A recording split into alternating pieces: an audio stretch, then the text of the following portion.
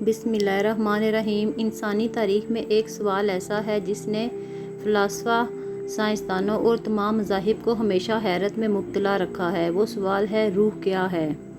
जब इंसान मरता है तो इसके जिस्म से ऐसी कौन सी चीज़ निकल जाती है जो एक ज़िंदा इंसान को मिट्टी का ढेर बना देती है? क्या रूह सिर्फ़ एक ख़याली तस्वर है या इसके पीछे कायनात की सबसे बड़ी हकीकत छुपी है? आज की इस वीडियो में हम रूह की हकीकत को कुरान, फ़लसफ़े और जदीद साइंस के ज़ाविये से समझने की कोशिश करेंगे।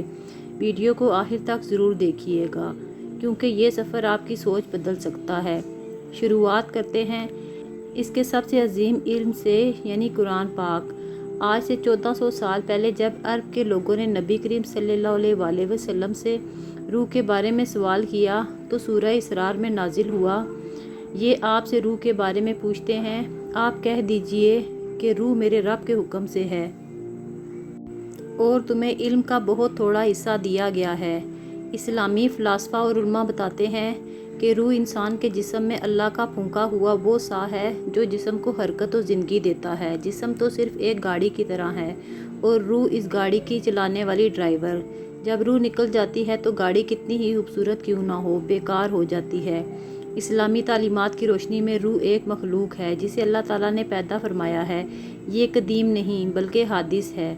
रूह इंसानी जिस्म की असल हकीकत और ज़िंदगी की बुनियाद है। जब रूह जिस्म में दाखिल होती है तो इंसान ज़िंदा होता है और जब निकाल ली जाती है तो जिस्म बेकार होकर मौत वाक़या हो जाती है। जिस्म मिट जाता है और मिट्टी में मिल जाता है, लेकिन रूह को फना नहीं मिलती।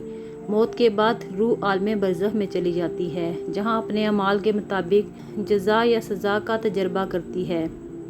क़यामत के दिन तमाम अरवाह को दोबारा इनके इज्साम में लौटा दिया जाएगा ताकि नेकी और बदी का हिसाब व किताब हो सके। उलमा और मुफस्सिरीन के नज़दीक रूह एक लतीफ़, नूरानी और रूहानी जिस्म है जो इंसानी बदन में इस तरह सरायत किए हुए हैं जैसे फूल में खुशबू या दरख्त में पानी। इसका बुनियादी मकसद इंसान को शऊर, इदराक और खुदाशनासी की सलाहियत देना है। जब मुनकरीन ने यह एतराज़ किया कि हड्डियाँ गल सड़ जाने के बाद दोबारा कैसे ज़िंदा हो सकती हैं, तो अल्लाह ताला ने सूरह यासीन में इसका वाज़िह जवाब दिया, आप कह दीजिए कि इन्हें वही ज़िंदा करेगा जिसने इन्हें पहली मर्तबा पैदा किया था और वो हर पैदाइश को खूब जानने वाला है। इस जिस्मानी और रूहानी वापसी का असल मकसद यही है कि दुनिया के आर्जी इम्तिहान के बाद हर इंसान के अमाल का मुकम्मल, शफाफ और हतमी फ़ैसला किया जाए। इस्लामी इस्तिलाह में इस दिन को यौमुल हिसाब और यौमुल दीन कहा जाता है। अगर हम कदीम तारीख़ और फ़लसफ़े को देखें तो यूनान के अजीम मुफ़क्किर सकरात और अफ़लातून का मानना था कि रूह अबदी है, यानी कभी ख़त्म नहीं होती। इनके नज़दीक जिस्म रूह के लिए एक आर्जी कैद खाना है। सकरात और अफ़लातून का मानना था कि रूह और जिस्म दो अलग चीज़ें हैं। रूह गैर मादी, अबदी और लाफ़ानी है, जबकि जिस्म फ़ानी और आर्जी है। अफ़लातून के नज़दीक रूह आलम अरवा से आई है और जिस्म में कैद है। मौत के बाद रूह अपने असल आलम की तरफ लौट जाती है। इसने रूह को 3 हिस्सों में तकसीम किया, अक्ल, गुस्सा, गैरत और ख्वाहिश। अरस्तू ने अफ़लातून के बरअक्स रूह और जिस्म को एक दूसरे से अलग नहीं समझा। इसके नज़दीक रूह जिस्म की हैयत या इसकी ज़िंदगी की तरगीब है। जैसे आँख का मकसद देखना है, वैसे ही जिस्म का मकसद ज़िंदगी गुजारना है और यही इसकी रूह है। अरस्तू के मुताबिक जब जिस्म ख़त्म होता है तो रूह का वजूद भी मुस्तकिल नहीं रहता, सिवाय अक्ल फ़ाल के, जिस पर फ़लसफ़ियों में इख्तिलाफ़ है।